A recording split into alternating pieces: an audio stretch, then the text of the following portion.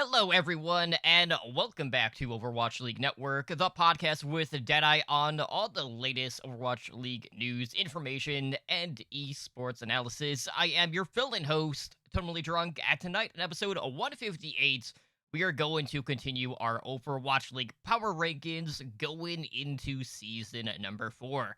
So this last week, we looked at the bottom two teams out of the East, as well as the bottom four out of the West.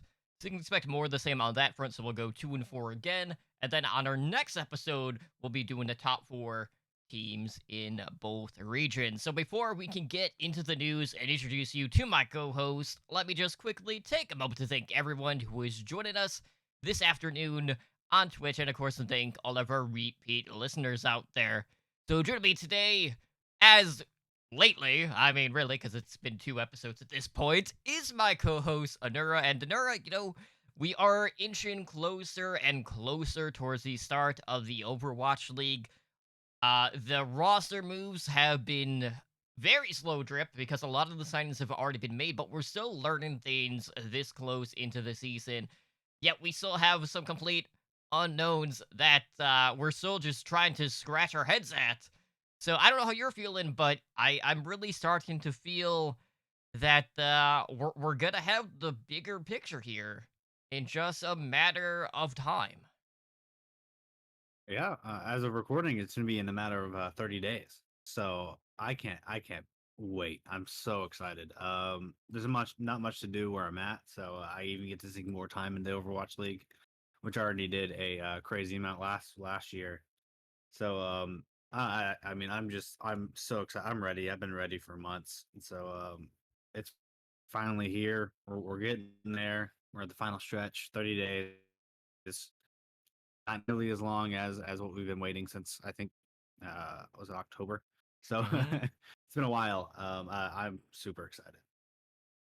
Absolutely. So, we do have a couple of things coming up here shortly, tournament wise, that we'll get to here in just a minute. But we do have a new sign in that we've honestly had been rumored for quite some time now, and that is that Rascal has officially joined the Philadelphia Fusion. Now, a couple of notes about this. Obviously, Rascal has been on a lot of teams. He's kind of been like the Swiss Army knife when it comes to just going in and playing, whatever. We do also know that Funny Astro has had issues acquiring his visa in order to travel to Korea. So a lot of people are wondering what this signing could potentially mean on that end. Like, could we potentially see like this the double flex support with Rascal coming in and maybe playing the Baptiste? Then you would have Alarm playing probably Zenyatta at that case, or what it could potentially mean on that front. But of course, in the grand scheme of things, a lot of us felt like there's no way Rascal is gonna go unsigned. Like this kid is just way too talented to just fall through the cracks. And this is someone who was released by the Shock after their second championship win this past season, and, we did see him in a picture here recently at the Fusion practice facility alongside a number of different members on the team. So, obviously, he's there in Korea with them. But really, the big question right now is just what's going on with that support line? Are they going to sign someone that they've had filling in regards to their scrimmages, or are they going to potentially promote someone from the academy team? We still don't know all of it as of yet, but does this Oh, particular sign-in sway your perception of the fusion, knowing how much is going on in regards to just bad juju in regards to competitiveness in Korea?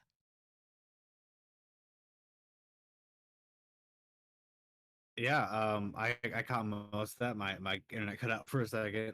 Uh, I hope it's still not cutting out. But I think that I do think they're going to keep Rascal on DPS. I think he can flex on support. They really need it. I Mhm. know that had issues with the visa as well. And I think that honestly he'd do good in both positions. He'd do formidable on the main support. He's played Brig and he played BAP. Those are two pretty prominent main supports. And then on Flex DPS, he'll obviously do well. He always has. I think he had a kind of iffy season last season. I think we talked about that. But I think he can. you can move past that and really improve from there.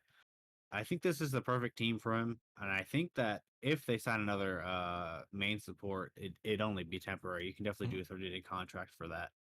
Um, which I think it would be the smarter move for them to make, waiting for Funny Astro to get there. Because Funny Astro is easily, in my opinion, one of the best, at least mechanically gifted main supports, if not one of the best main supports in general. Either way, I think that they're in a good spot, despite their unfortunate visa issues. Great pickup by Fusion. Good to see. I think the Overwatch League needs Rascal in the league. He's a fan favorite. Every time he plays, he's just so explosive in a way that it's so fun to watch him. It's really good to see him still here Mhm. in the league.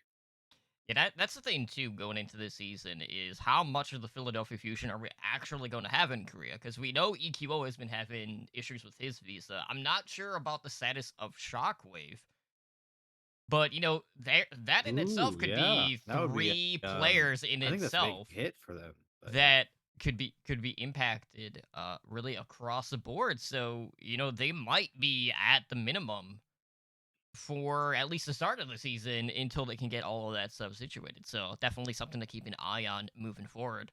But I'm really happy about this signing. Rascal's been a player that I followed for quite some time, and hopefully this will elevate Fusion should they need it. If these visa woes continue, but a really good fill in the meantime, and probably someone that can just be in just about any situation for this team as well, regardless of what role he will be filling in at. So in other news, we do have the experimental card tournament that is coming up at the end of the month. That is March 26th through the 28th. And, initially I wasn't going to put this in the show notes because I know Edinar and I are going to be breaking down all of the balance changes that are coming along, specifically with this tournament. Now, on the Overwatch League front, basically what's happening is you're going to have like up to 3 representatives for like all 20 Overwatch League teams competing in this. There's 4 different regions.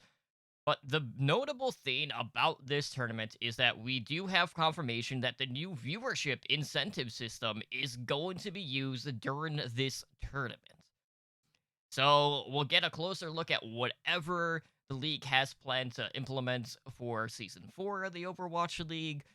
And, with that, I just want to see whether or not we're going to see more. I don't want to say more of a stable viewership across the entirety of the season, but I just want to see like how much of a boost we're actually going to get from that, because obviously not having those incentives impacted viewership to an extent. And making that transition going from Twitch or YouTube was a little wonky, especially when you factor in all the algorithms. People were having a hard time actually finding the Overwatch League if they weren't like subscribed to the channel. And, it just felt like there were a lot of snafus when it came to that transitional period, going from one treatment platform to the next. And knowing that we had a season where maybe not all of the games were that meaningful. And, we had a couple of format swaps along the way that didn't really help stabilize the viewership either. So hopefully this will be a push in the right direction for the Overwatch League moving forward. But is there anything in particular, Nura, that you want to see when it comes to a sort of viewership incentive? Not that, you need any reason to tune in, but what's something that could drive you to tune into more games? I'd go on the YouTube main page and it wouldn't be in my recommended. I watch Overwatch League a lot and Hmm. it's just not on my recommended. I'm like, how? I literally have a tab for Overwatch on YouTube every single time I Hmm. log in. How do I, or I have it for Overwatch League. So how do I not have it on my recommended when it's live? That's ridiculous. I think that's honestly ridiculous in my mind. I wish I could just go to like YouTubeLive.com and it could show like the top streams, something Twitch-esque where it's like here's the top streams right now. Here's the streams you're following. Something like a separate main page for that kind of Right? stuff. I think that'd be huge for them. Um, and then I mean cleaner feed. Uh, I talked about this earlier on my I think on Twitter. Is that the only way you can see chat is if you have it on literally the smallest screen on your laptop, and so you'd have to scroll down if you want to see chat. That's stupid. That's honestly so stupid. Find a way to make it. I'd hate to say it, Twitch chat s. where you literally have the larger screen and then chat to the side. You're watching it with an audience. Make it to feel like you're watching with an audience would be huge. Make it easier, more accessible. If someone follows Overwatch on YouTube, show them a few like, hey, it's live.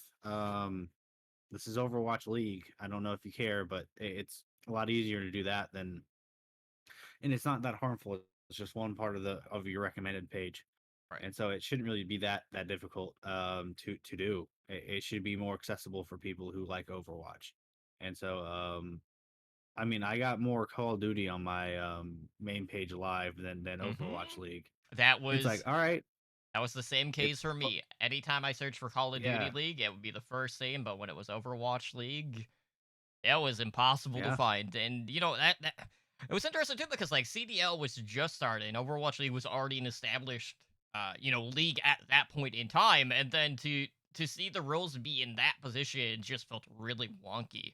And I'm glad you brought up like the whole accessibility because something that Twitch recently did.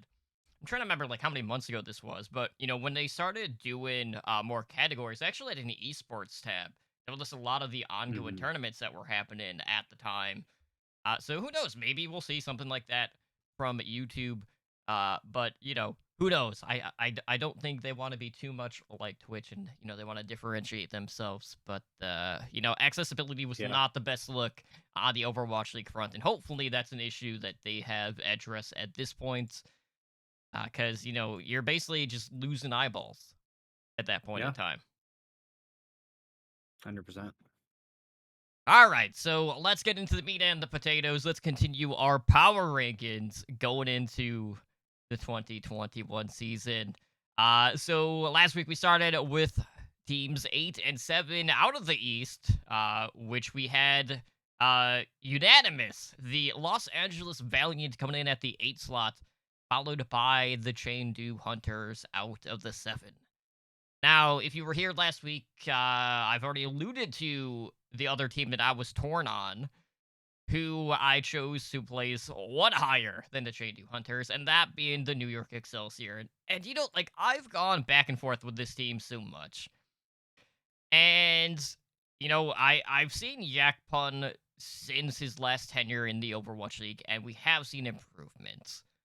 Jonak has still been a good flex support. But in a league that is really like upped its game on that particular role, I don't think you can necessarily say that Jonak has that same carry potential or that same level that he once used to have in the earlier goings of the Overwatch League. But I look at the rest of these signings, and obviously known quantity. But when I don't know half of the team going into a season, I just cannot make heads or tails of this because here you have a franchise who typically finishes, top 2 or 3 in basically every single season. Sure, their playoff performances has been a little bit of a curse.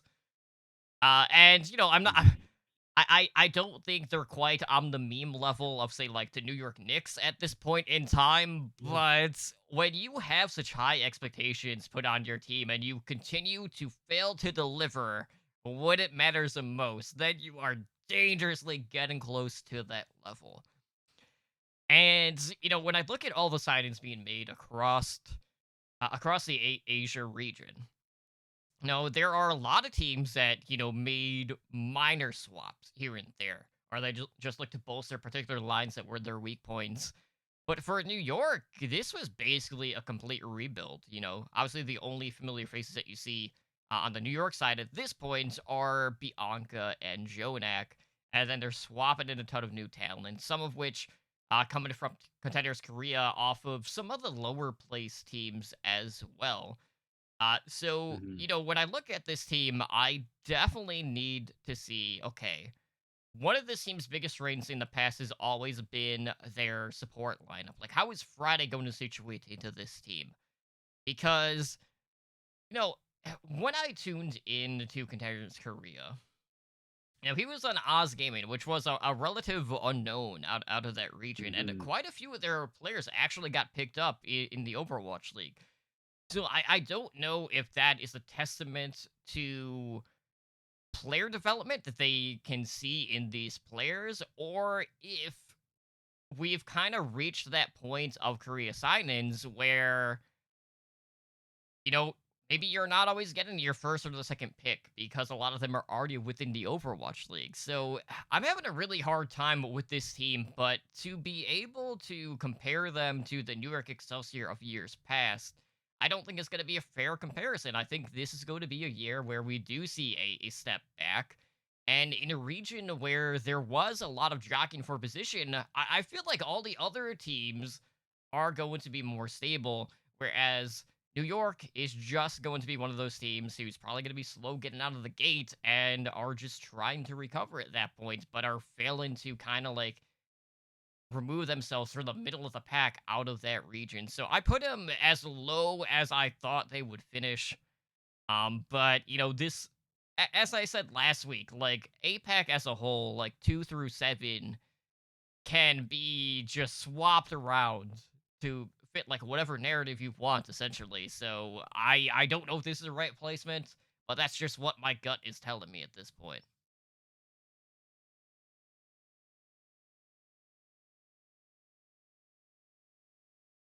Yeah, I don't blame you. I have them one step higher than you at 5, so I'll just talk about them now. I don't think this is their end all be all team. This is definitely their building block team. That makes sense. Mhm. A lot of these players are. This is like a trial for next year, is what I believe. I think Friday is one of those players that they saw a lot of potential in.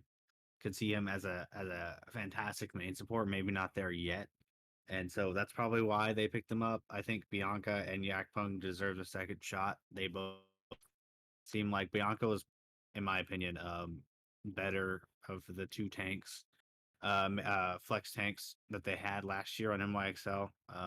And so I'm excited to see him back. Yakpung looked much improved, like you said earlier. I believe that out of Feather, Flora, and Guangbun, they're three DPS players that they added. Um, I think that at least one of them should shine. Mhm. I don't know which one yet because it's still pretty early to say. But I believe that one of them will probably shine. The other two, I mean, will get less playtime because I honestly believe Ivy and Jonak should be their stars. In my opinion, still to this day, those two should be your main players. And then the rest should just be kind of fighting for their spot next year is what I see from this. Maybe Ivy will drop again like he was on Toronto Defiant. I remember season 2. I was not that hyped on him. Mhm. Season 3 he really showed again on Fusion. I don't know why Fusion dropped some really good DPS players. I think both Hisu and Ivy are two of the best two DPS players, but they both got dropped. We'll talk about that later. But in general, I think this team has a lot of potential. I think for me, fifth is a good spot for them. That's pretty good.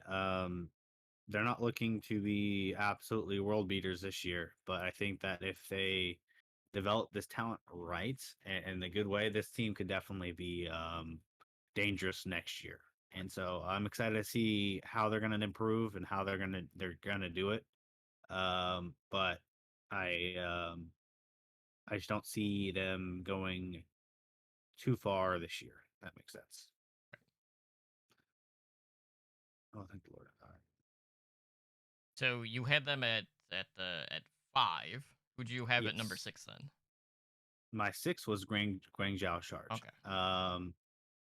I mean, I really just felt like they didn't upgrade anything. Um, I didn't see any upgrades in my opinion, and that really hurts them. I think Charge had a solid season last year. They never were like fantastic. I think they made did they win a tournament? I don't remember if they won a tournament. But I think every other team has improved, Mhm. including Chengdu. Um, and they just felt like they didn't really do anything with it. I think keeping Eileen was big, but I really don't know what to think about Choi Hwan and Mike Haley. I don't see them better than replacing Happy and Nero on the DPS line. I know they had visa problems with Nero, and that's probably why they dropped them. But I mean, it just for me, I don't see them improving that much. I mean, Happy was probably one of their best players. Mike Haley has huge holes to fill. I'm seeing him as a downgrade just because how highly I think of Happy. But and Choice Halon Wan, I haven't seen a lot of him. He could be really good, but he has to split time with Eileen, if not try to overtake him. I don't really see that happening. Take line solid. I think Rio kind of had a down season from last year, although it wasn't that by that much. He's still a really solid main tank. And Krong is still probably one of the best off tanks. I think tank line's easily their most solid position. And I see major downgrades on the support line. Well, I mean the main support. I think Mandu is probably an upgrade over Chara, but that's not too hard. But I think Kariv can be really really good, but he's not nearly as consistent as Shu. And I still think Shu has more better highs than Kariv. Mhm. Um, Now, this is Kariv in a mostly Korean team, which is the first time I think that'll happen. That's happened since joining the league for him. So maybe this will make it to where he makes not as many mistakes, and he'll actually be more consistent with his team. But I can't tell you if that's true or not. But nothing added to this team really made me excited for them, and that's why I put them six. It's just like I don't there's nothing here that's like, wow, this is groundbreaking. This brings them to the next tier. This does this for them. Right.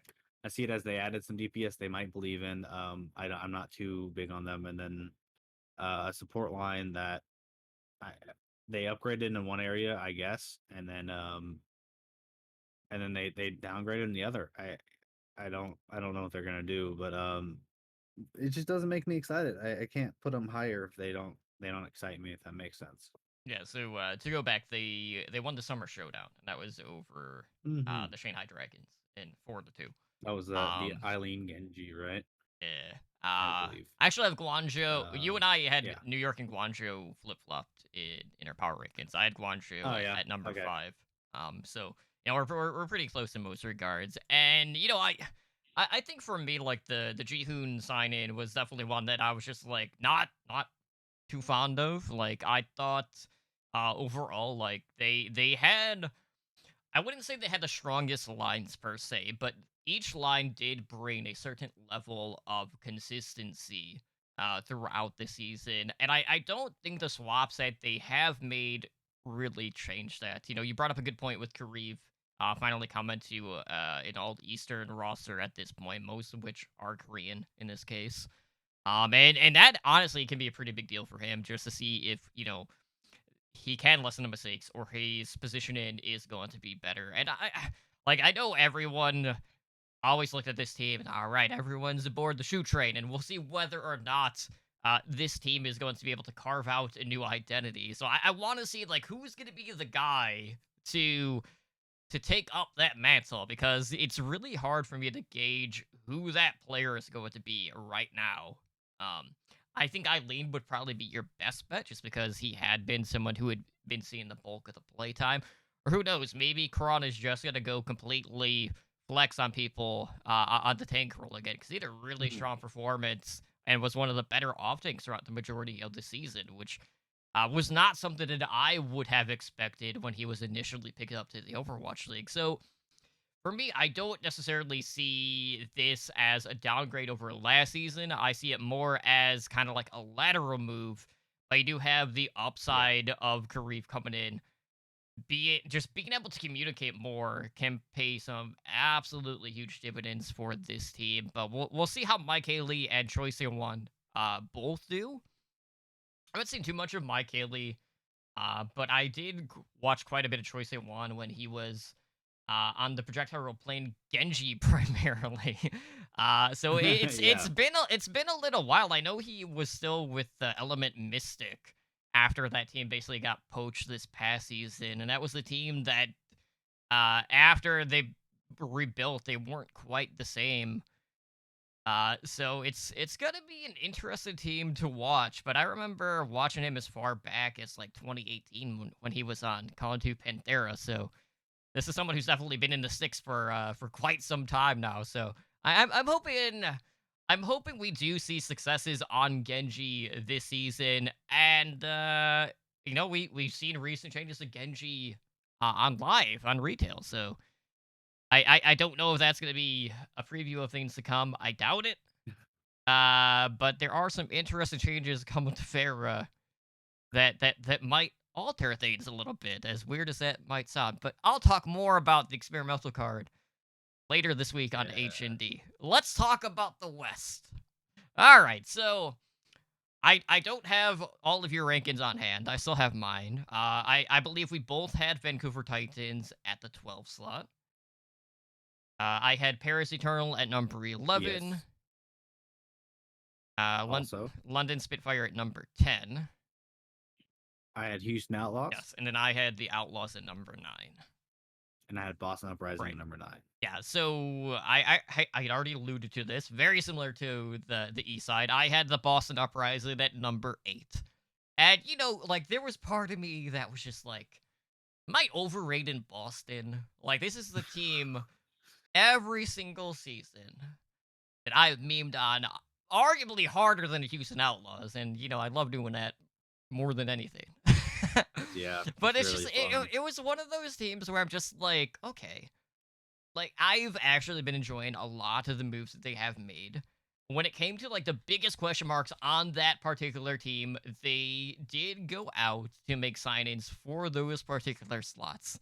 I was like, okay, like we could be moving in the right direction. And then that the exhibition matches started. And then you got to see little glimmers of hope. But then you also saw just the fact that they're still not there yet. So like I know like those exhibition matches aren't the best way to see how good a team is. It gives you an understanding of the synergy that they have built at that point in time. And obviously a lot of things can change Hmm. between then and the start of the Overwatch League, whether it is on the team side when it comes to finding what your strengths are, whether it is balance patches being put through onto live servers and eventually patched into the Overwatch League.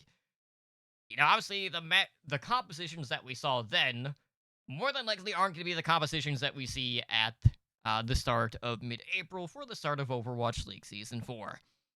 So then, how do you quantify this team? I brought up the fact that I do not want to see Color Hex or Fusions starting on this lineup. I think if this is the Boston of old, that would be the move that they would make, and it would absolutely bite them in the ass. But since they address most of these issues, it gives me hope. Like, okay, maybe they are going to start San 1 over Fusions. Maybe we'll see I'm 37 and soon and Valentine taking up the mantle on DPS. But I have to actually see it. Yeah. Right? Like, and that's the thing that scares me because Boston as a whole have always been a team who at the academy level, they don't really take risks. They go out, they make their sign-ins.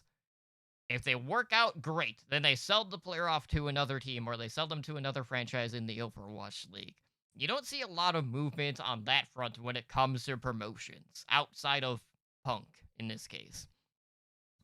So Hmm. for me, you look back at them signing Yunbun and you're like, oh well, he just got a shit deal. Now he's got a little bit more reinforcements around him, and now we can slowly start to see things starting to open up more. So if I'm talking about teams that I am most curious about going into this season, Boston for me would actually be towards the upper echelon of the teams just because I want to see how much they can turn around this team as opposed to these last few seasons where they've only won a few matches. Like I want to see them double their win count at minimum. I want to see them potentially be a team like the Vancouver Titans where they squeak their way into the playoffs and seeing what they can do on that front.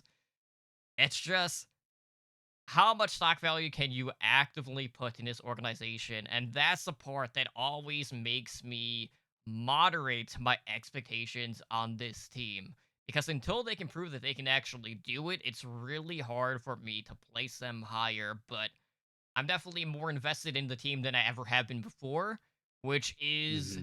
a good sign because I know I'm not going to be the only one that's in this position. Ooh. Yeah, no, I mean, I had him one below you. Yeah, I had him at 9, I guess above you. I don't remember numbers. Anyway, I'll talk about him for a second again, but like, yeah, for me, it was one of those things where it's like, this is obviously improvement, 100% major improvement by this team. As a Boston Uprising fan, you should be super excited. There's no doubt though that they are definitely an underdog. 100%. Hmm. There's so many teams that have improved in different ways to where it's one of those things where although you're excited for this team, you're excited Boston's actually doing something, you can't you can't put them up top 6, top 7, or top 6, top 5 for me at least. Um just based off of how much everyone's improved. If this team was here last year, different story. They'd be much higher. If they're here season 2, way higher. Like this is like easily a really really solid team. Um the problem is it's just everyone else has improved. And you can't beat that. And then as well as what you're talking about, the organization hasn't done anything to sway us. I think Hmm. a lot of people have the same problems with maybe Atlanta Reign with their coaches. Right. And there's like we can probably name a few other teams, uh, but it's one of those things where I think Boston was the worst at this, where it's like, can we trust them yet? And this is definitely it's going to be a battle, but they should. I'm hoping to see some Boston Uprising fans come out of the woodworks and be like, "Hey, this is my favorite team now. Hmm. I like what they're doing." Instead of being like, "What are they? What's going on? Why do they hate their fans?" Yeah, I think But I think like best case scenario to like draw a parallel here, it would basically be like the turnaround we saw from an organization like the Florida Mayhem, where they were like the driving the bus meme to all of a sudden being fairly competitive, where they were mid-table. Like for me, that would be best case scenario for the Boston Uprising going into the season. yeah, 100%, man. I don't have a lot more to say about them. They're one of the more excited teams. Even these bottom teams. I don't know about you, but I say we're still at the bottom. They're exciting. I think it's gonna be fun to watch them, which is really nice to see. Instead of being like this team's just gonna be absolute dumpster fire. Hmm. So yeah. Uh, do you want to move on to my number 8? Which Absolutely. I'm curious yeah, to my see number if 8. we're gonna keep alternating or not. Yeah, mine's London Spitfire. So Oh, there okay. you go. Yeah, so I was Boston number 9 and then London 8. I just think that they have more synergy than Boston, and that's really where it changes. I think that unlike you, I really like their new DPS line. That they added those two veterans of Shax and Blase. I have a lot more faith in Blase than you. That's just makes, but mostly because he's had to fill his whole career, and Hmm. it kind of sucks for him, like playing flex tank for Boston season 2, and then moving on to like the McCree role on Houston Outlaws.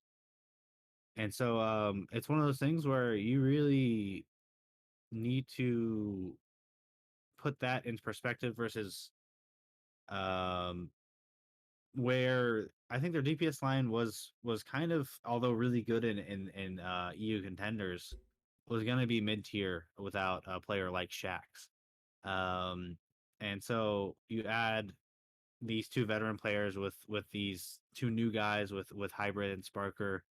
I see both of them going for the second hit scan role, or the main, like, I'd say it's Shax is more like a flanker DPS, if that makes any sense. And then Hybrid Sparker should be playing for that Widow Hanzo, no, Widow McCree Ash role for this team, where you're playing the main hit scan. And so one of them should get it. I think Hybrid will most likely get it first because Sparker's not of age yet. But they should be fighting for that, as well as really hoping that it's a double hit scan meta. Because I think if Shaq's able to play in any meta for this London Spitfire team, you're gonna play him because he's gonna get you wins. He's that good. But moving on from the DPS line, which I think could be pretty good. Hadi and Mulfig have the chance to show that they are a uh, kind of a Overwatch League level tank line. They show that they're best in EU contenders, and now they get to show if they're gonna be good as a tank line in Overwatch League. It reminds me of the Lulcious Ellie vote tank line that we never really got to see, Yeah, we but never this time saw. we're actually be able to see it a dominant. And we never saw it. It was really sad to see, but I'm hoping they're going to be dominant. I really do. But or at least like mid table as a tank line. Um, and all I have to say is that they have a lot of synergy. This is one of the things that you have to keep talking about London Spitfire, the synergy with this team, the tank line, and then we're going to talk about the support line in a second. But they have a lot of synergy. They play really well together. The coaching staff's mostly the same. I think this is going to be consistent, a synergetic team that, although they don't have the highs that I think Boston and even Houston Outlaws could get, I think they will be more consistent overall throughout the metas, which is the reason why I rank them higher than those two. But Calix, Reaper, they both returned from their Overwatch League leaves. I think Calix retired from the Toronto Defiant and then just went on British Hurricane. I don't know how that works. I guess he was missing home, probably some COVID things. I'm sure there's an article about it somewhere. I need to figure it out, but I assume it was probably because of missing home.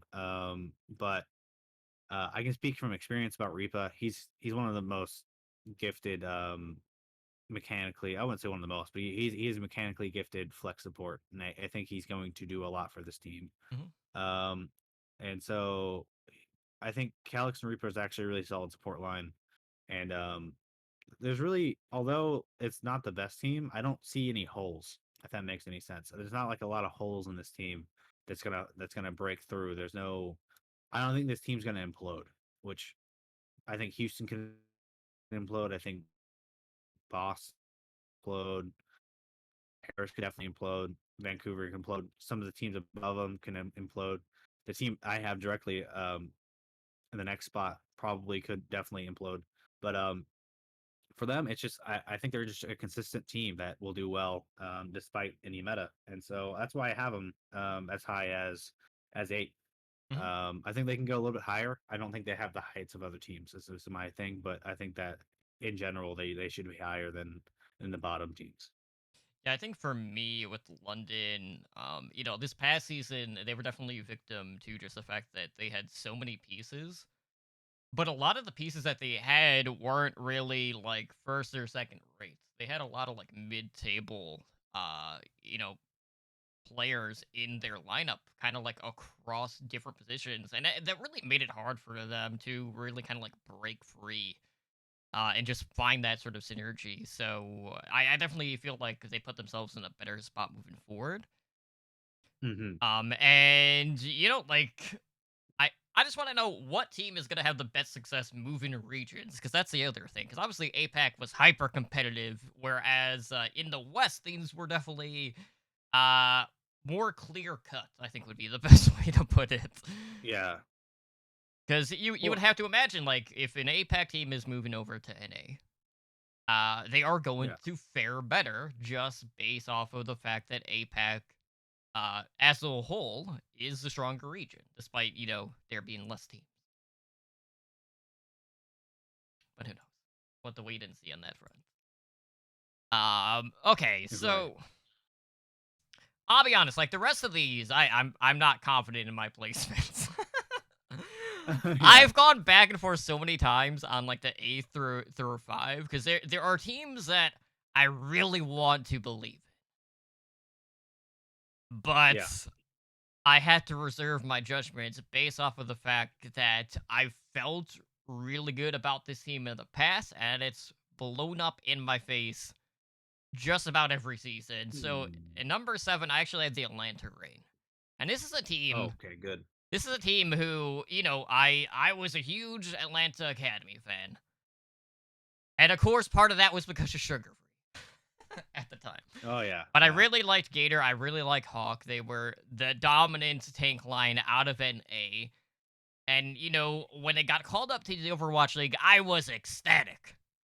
And then you had the whole thing with the rotating door with the flex tank on this team. Gator really wasn't playing. You didn't really see either of them, or Hawk was in, but not Gator, or Gator was in, but not Hawk. And then, we were really confident in the DPS lineup, and they're like, oh, they they have Airster and Edison. How is that even fair? And we memed about that going into this past season, and that actually just didn't happen. So then it's like, Ursa just fell off the okay, planet. yeah, Urster is just in the abyss at this point. But they bring in Iris, they bring in Pelican, and they bring in uh Kai or KSP. And then I'm like, oh my gosh, are we gonna go through this again? Like this team, I have that same feeling that I have. It's just like, how do I shake this? Because I want to believe in this team so much. I like some of the coaches on this staff. But they have not been able to put together the pieces where they have just been consistently one of those teams who on tournaments are like fifth or eighth. Otherwise, they're kind of just like smack dab in the middle in the grand scheme of things. Like they haven't put themselves in a position to really push past that point where I feel like on this team in particular, we've already seen their ceiling. Whereas all the other teams around them, we've started to see, kind of break free from that. So, I hope that they prove me wrong, but this is one of those teams where I don't think the hype from the fan base warrants a placement of where they think this team is going to be. And I hate to say that because I really do like a lot of the players on this particular lineup, but I'm not feeling it. I've been burned way too many times by the rain.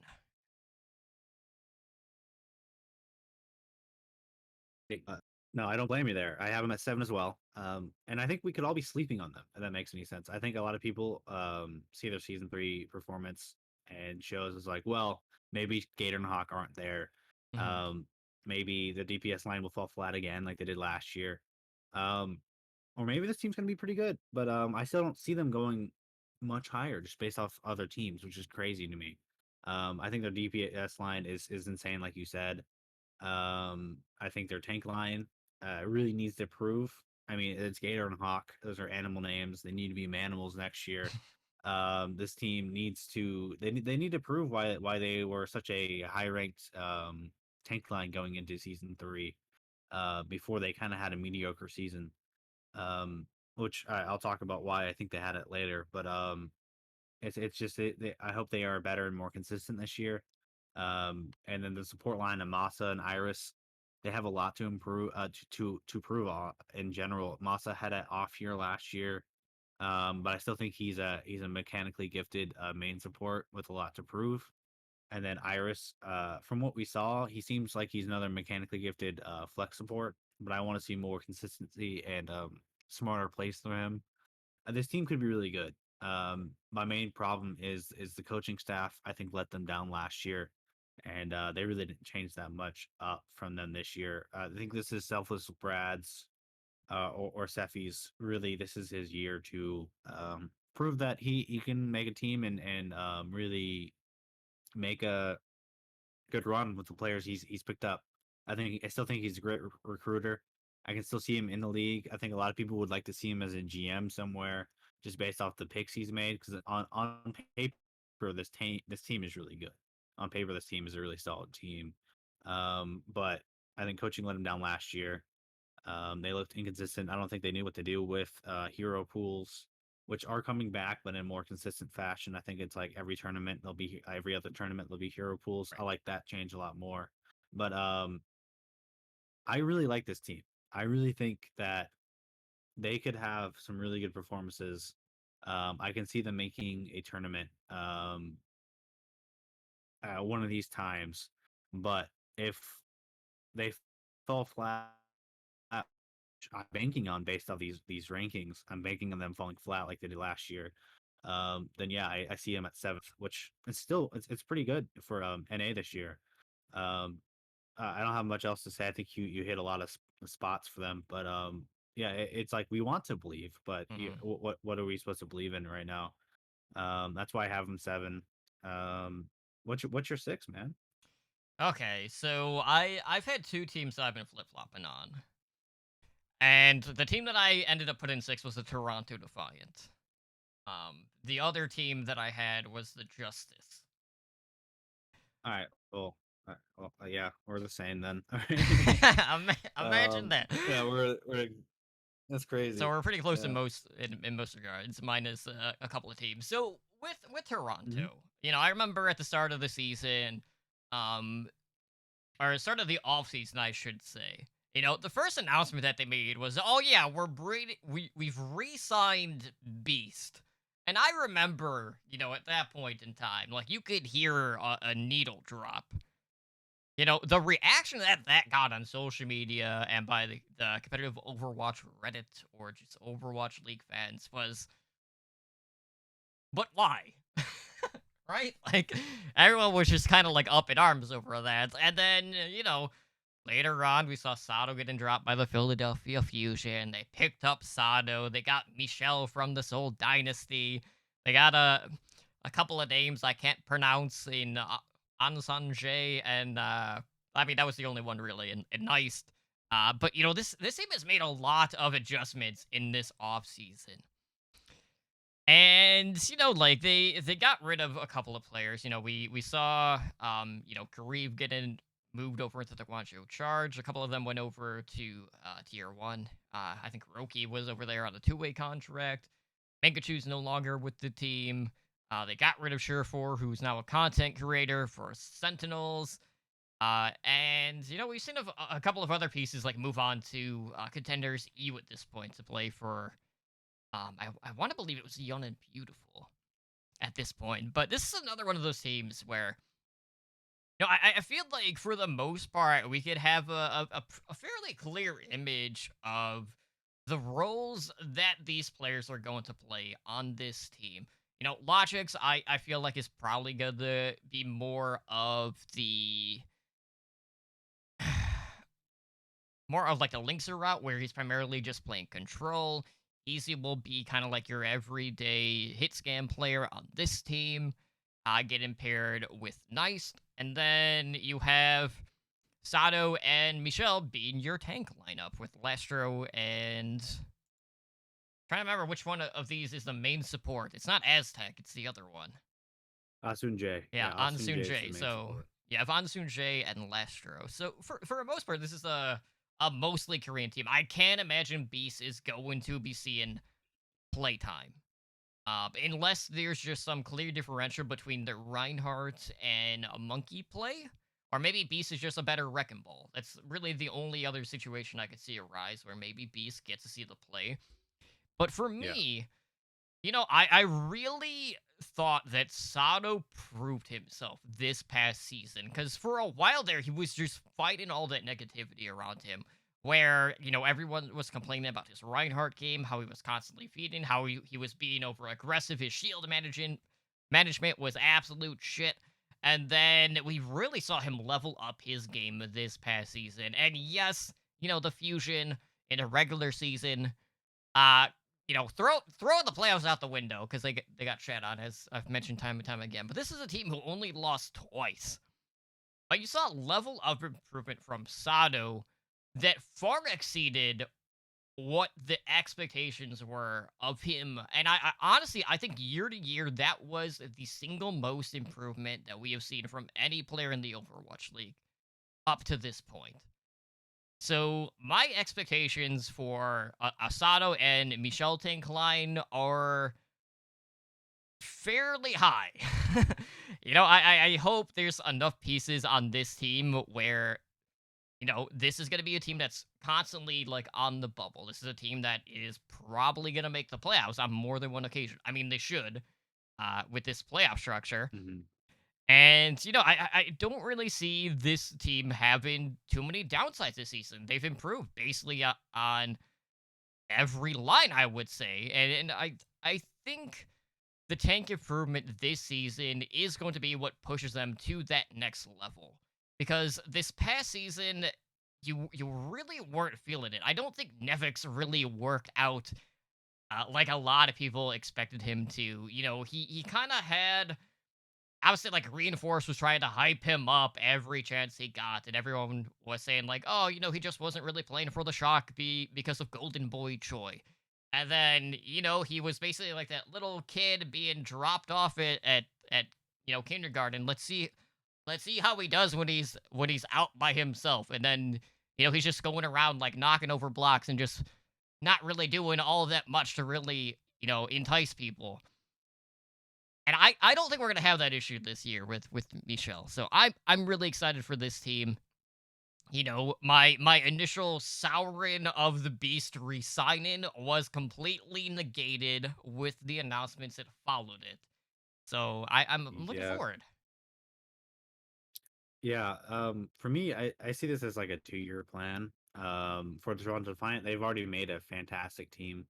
Um, and I agree with you on a few things, but the tank line of Sato Michelle does not impress me too much. I think Sato is still a probably top 10 tank. But I went back and I looked, and the Overwatch League Grand Finals. I think I made a big deal about this when it happened, but I saw him as probably the second worst main tank in the Grand Finals. Of course, that's only behind Marvel, Gesture, Fearless, Super Smurf.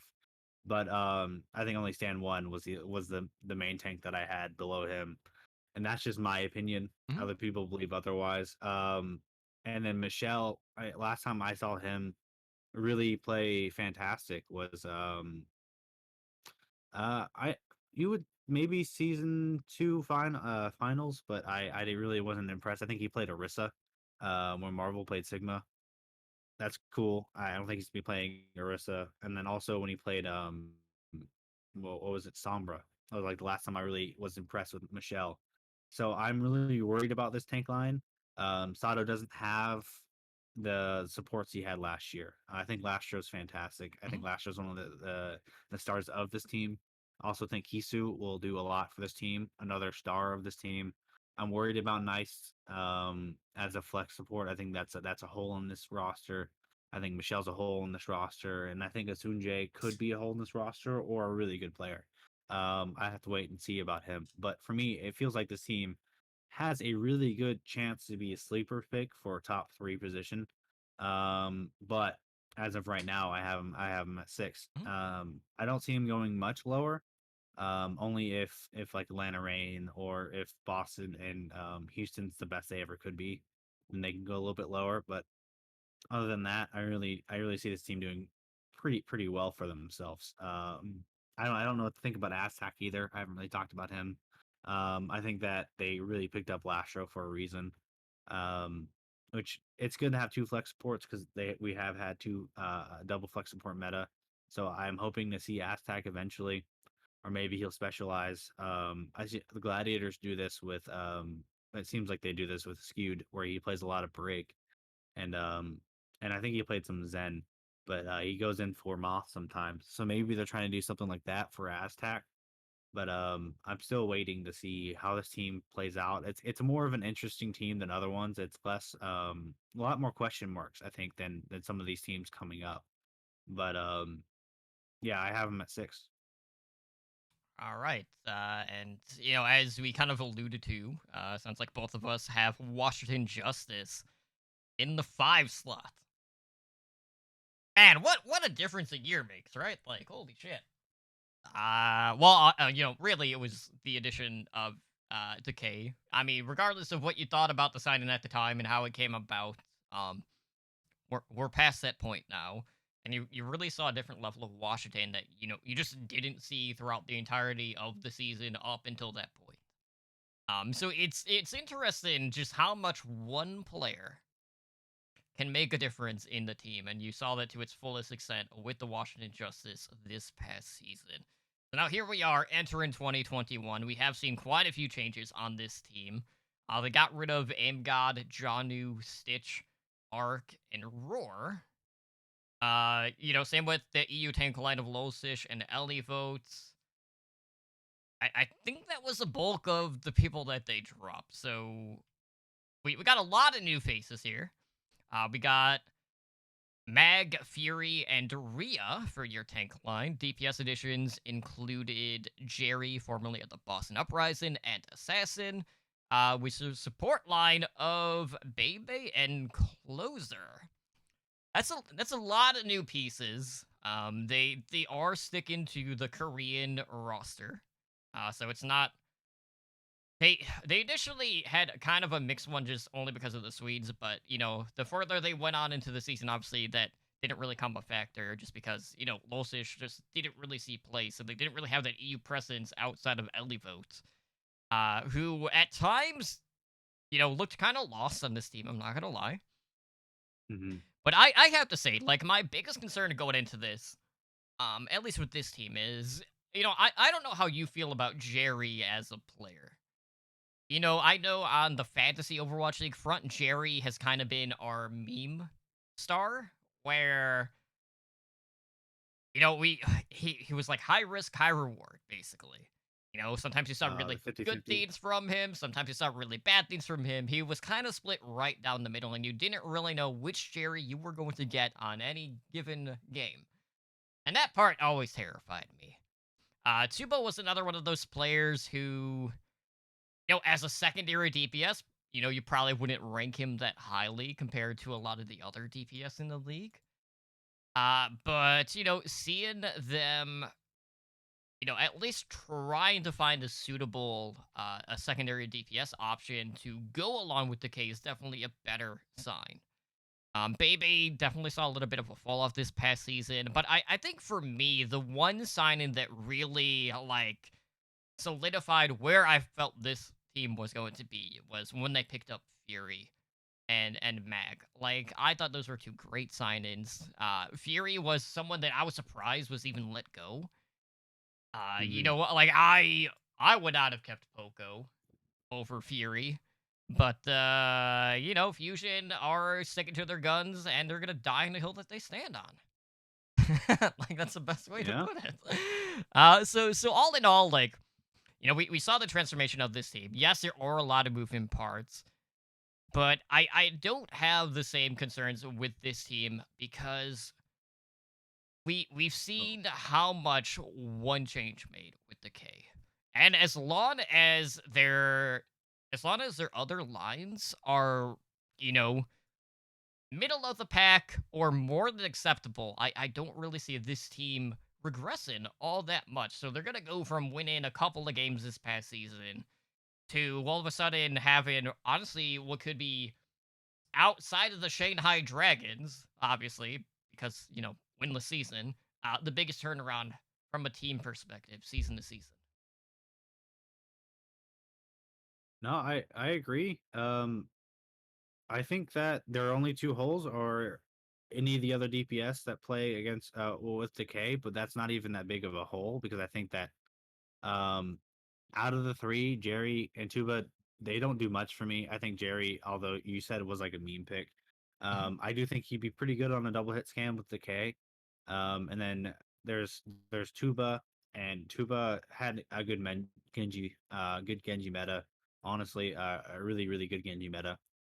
We'll see if he can perform. I think Decay is also a good Genji, so it's going to be one of those things where it's like, who do you want where?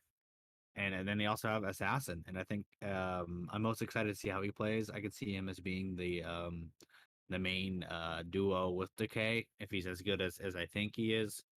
Um, and he could be a really good player, but it's just like a question mark in their roster. The tank line, there's no questions there. Probably going to be one of the best tank lines. I think the one thing that could hold him back is Fury, and that's barely. And that's like if anything would hold you back, or if Mag just has a bad season. We've seen that from like really good scouted rookie main tanks, but it's Mag. I don't think that's gonna happen. Their main problem is definitely that support line. It's actually grotesque, in my opinion. Right. I don't closers. Never, I've never been high on closer. And Bebe, he's had decent seasons, but decent seasons on flex support mean that you're just getting worse and worse. In my opinion, you have to keep improving. If you're not a top flex support, it's really hard to. It should be really hard to keep your position. So I don't know if I really don't know what they're seeing in these two. Maybe they're good synergistically. Maybe closer would be better when he's on full Korean. I still just see him as the guy who got dropped to win the league, season one, which yeah, it was sad, but it's kind of true. And then Bebe, he got dropped from Spark, and now he's here. But I don't really see how he's going to improve this team too much. Mhm. Um, I mean they should be good as long as the support line holds up. They should be top five, top four, maybe even three. But I mean, you have JK on your team, you should be good. Um, they have the potential to win it all. They really do. It just depends how they play it. Um, and I don't see them playing it too well with this support line. That's their main problem. And yeah, I just don't see them winning at all. I will give them they are in the running. Mhm. We're now getting to the point where these teams are good enough to in the right meta really show up. I mean, we saw that with Washington almost destroying every team in NA last year Yeah, who can stop when the they K? yeah, I mean they somehow picked up the K. We're not going to talk about what happened. I think it was a little iffy, but they picked them up and now look at them. It's going to be it's interesting. I think they are much improved. I think they are not only much improved, but this is like the best looking Justice as in I think people are the most excited for this. You can actually be a fan of this team since Corey kind of, Mhm. but Corey was still like iffy on how good they're going to be. So this is a good direction. If they don't win it all this year, which I don't think they're going to win it all this year, but if they don't do super well this year, I can see them really restructuring one or two, maybe three players and doing it being a top team next year. They have the resources now. They can do it. Mhm. So yeah, that's where I have them. Yeah, I mean, for me, I was just happy to see the continuation in regards to funneling players from Runaway in the case of Mag and Assassin. So I Right. I, I really hope that Assassin and Decay is going to be the start in DPS for this particular team. I Just think because they I will. think that would definitely put themselves in the best position to succeed in 2021. But all in all, like like what a difference a year makes for this team in particular, because you saw the two extremes from them, pre decay and with decay, and then you're just like, well, this just doesn't even look like the same team. And then obviously you saw how much struggle was happening for all these teams in the play. I was like, all right, well, how the hell did we stop this kid? And they had a pretty damn good run of it. Not up until the end, unfortunately, but Yeah. definitely a lot further than anyone would have initially anticipated them to be given the circumstances. So I'm excited. Like, I want to see what this team can do in a full season structure as opposed to just like the sprint at the end of the season. Yeah. So who knows? I, But we're- Decay has the potential to being the best player in the world. Um, and hopefully he shows it this year. yeah, I think Sorry. for him in particular, it's more just him not getting in his own head. Yeah, 100%. He's finally on the full Korean team. Let's see what he can do. Hmm. Thing he's been praying for later. So yeah. All right. Well, All right. that's pretty much going to do it. So, just as a reminder, guys, we will be back next week to finish up our East and West power rankings. And then, of course, we'll revisit them for global rankings, I guess would be the best way to put it, sometime in the near future. But for now, that is going to do it for us here tonight on Overwatch League Network. So if you guys want to help us out, please do us a favor and head on over to iTunes and write us a review. Let us know how we are doing and if there is anything you would like to see us incorporate into the show, because we are always looking for ways to improve to make for a better listening experience for you guys. If you are looking for additional Overwatch content, we do have a Overwatch podcast directory on our website, which is Overwatch Recall. So you can see what all is going on there. I gotta update that because we've had a couple of podcasts kind of fold in during the off season, so maybe I'll get through that at some point this week. But if you would like to show some additional support to this podcast as well as the podcast network that it is on, consider pledging to our Patreon at patreon.com/OWL network, where we have tiers starting at just $1 a month. And you too could join the likes of our master and above patrons, Daniel, Owl, and Kesha, in helping our network grow. Every little bit does help, as lips in cost for a network can be pretty costly because we only have like 4 podcasts. That's besides the point. But anyways, if you guys want to contact us, of course, you can do so a number of different ways. You can email the show at contact@owlnshow.com. We do have our website where you can find all of our content at www.owrecall.com. There you can also find the podcast directory. You can follow us over on Twitter. That would be at OWLN Show. We also upload our shows on YouTube at youtube.com/Overwatch League Network.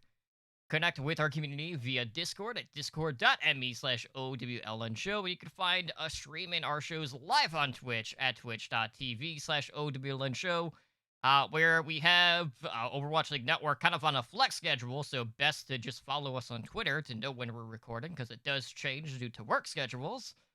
We have OWL by the numbers coming back here shortly on Tuesdays at 6 p.m. Pacific time.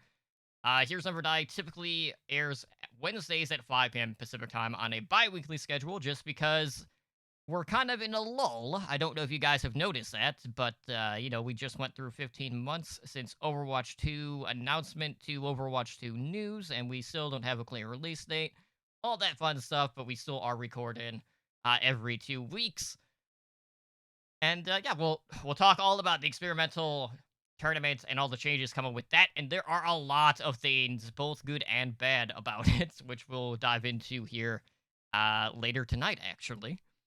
But for now, Anura, why don't you go ahead and let our listeners know how they can contact you over on social media? Yeah, you can contact me at Anura CC on Twitter, and it shouldn't change anytime soon. Uh, I give it at least till Overwatch League is about to start before I change it to something wild. But for now, Anura CC, I there's not much to tweet about since the season's about to start. But I'm sure I'll be back tweeting some random stuff later. Um, but yeah, you can find me there. Absolutely. You can follow our typical main host, Booger. That would be on Twitter at Booger Brains. That is BOOGERBRAINZZ. And as for myself, Totally Drunk, you can find me on Twitter at Totally Drunk. But for now, guys, that will do it for us here this afternoon on Overwatch League Network. This has been episode 158, and we'll see you back when we wrap up our power rankings next week. You take care, enjoy your weeks, and we'll see you then.